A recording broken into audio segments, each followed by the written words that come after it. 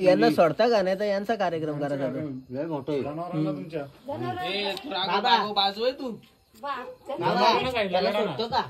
जनावर जरा घ्या साईडला विषारी साप आहे तिकडे घ्या डबा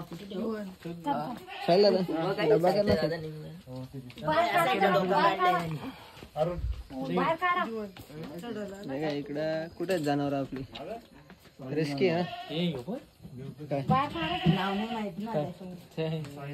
ना आतमध्ये मोठा आहे ना तुम्हाला दिसला कसा काय रे याच्यामध्ये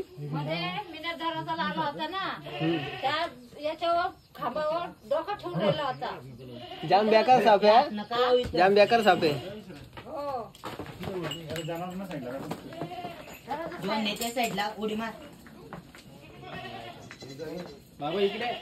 बाबा तिथं पाय घालीच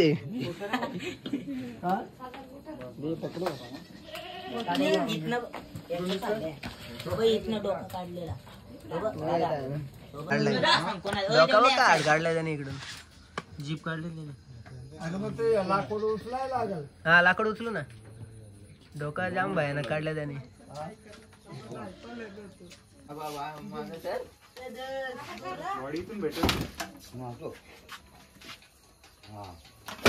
कांबळा आहे तो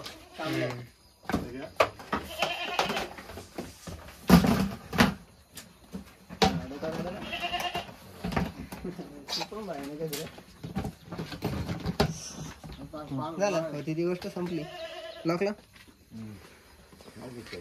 राहू दे असू दे देतो परत आहेत आम्ही द्यायचोच कांबल्या समजता मोठा होत होता कांबळ्या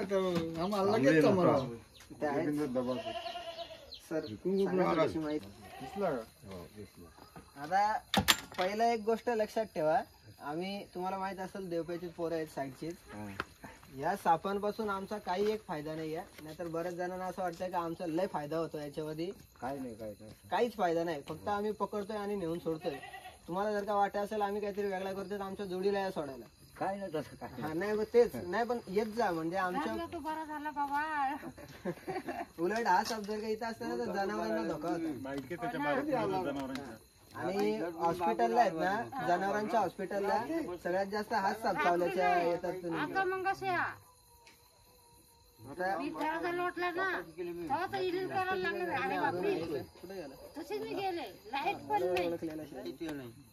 ठीक आहे मग घ्या चल येतो ना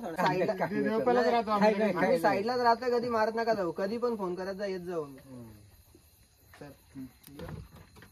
लॉक लावला ना चला मग बघितला तो काय गेला धरून जसे फट्टे आहेत तसे आपल्या अंगावरती येतात असा पूर्णतः तसा नाहीये काय होतं ते लक्षात घ्या नाही कसं होतं माहिती का तुमच्या घरी मुका मार लागले का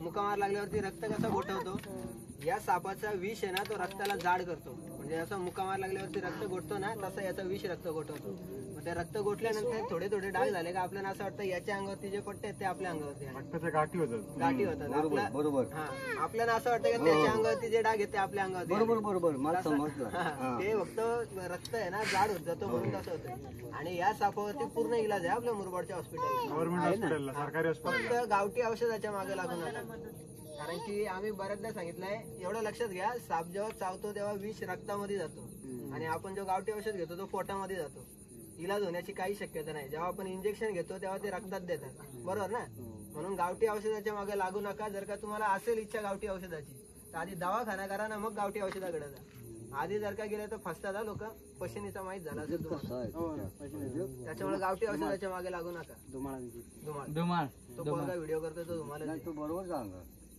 वस्तच खतरी आहे आम्ही स्वतः या सापाला पकडताना घाबरतो असा साप येतो म्हणून हे शस्त्र आणला होता एवढा मोठा का आमच्याकडे जादू वगैरे नाही काय आमच्या जर का चावलं तर आम्ही पण हीच स्मशानभूमी आहे फक्त काय माहिती आहे म्हणून पकडतोय आता ही वस्तू आहे ना हिच्यापासून साप आमच्या जवळ येत नाही लांबूनच पकडायचा लांबूनच भरायचा त्या पोरांना विचारा आम्ही जवळ पण गेलो नाही हात पण नाही लावला सापाला जर का काड्या गेल्या तर आमच्या पण अंगाशी येईल आमच्याकडे जादू नाही, फक्त आम्ही अभ्यास केलेला आहे म्हणून.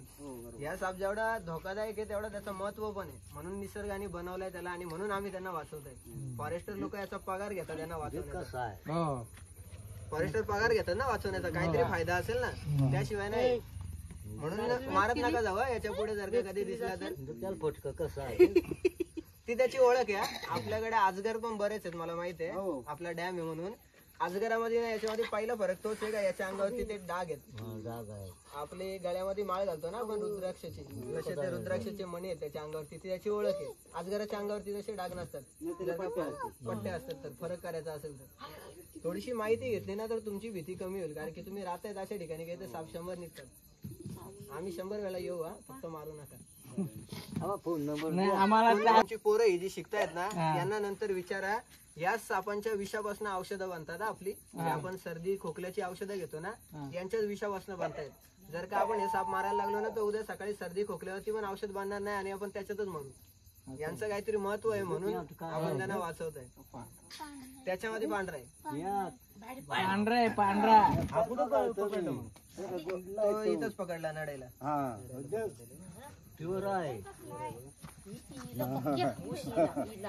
एवढा लक्षात घ्या. आणि बऱ्याच जणांना असं वाटतंय का याचं विष वगैरे आम्ही काढत असतो. बाबा बऱ्याच जणांना असं वाटतं आम्ही यांचं विष वगैरे काढतो. असं कोणालाच हे नाही विष काढायचं नाही. तुम्ही प्रश्न ठेवा मनामध्ये, नाहीतर एखादा येऊन तुम्हाला तुरी लावून पण जाईल. बऱ्याच ठिकाणी असं होत आहे. हा साप आहे ना पंचोलीला एकाने पकडला आणि त्यांना सांगितलं अजगर आहे, त्यांना काय पण वाटलं. आता तुम्हाला ओळख म्हणून ठीक आहे, नाहीतर रसल वायपर म्हणजे घोणस कोळेवाडी ते रेस्क्यू केलेला होता. आणि इथली लोक एवढी समजदार होती की त्यांना आम्ही जे सांगत होते पटत सुद्धा होतं आणि प्रश्न सुद्धा बरोबर विचारत होते. आपण ते रेस्क्यू केलेलं होतं आणि त्यांच्यापासून दूर आलेलो आहोत, मानवी वस्तीपासून दूर.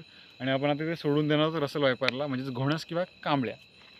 तर आपण ह्या डब्यामध्ये त्याला पॅक केलेलं आहे आणि लॉक मारले, कारण हा खूप भयानक विषारी साप आहे म्हणून याला आम्ही लॉक मारलेला आहे, तुम्ही पाहू शकता. आणि तरीही बरेच लोक याला मंद किंवा जड समजण्याची चुकी करतात.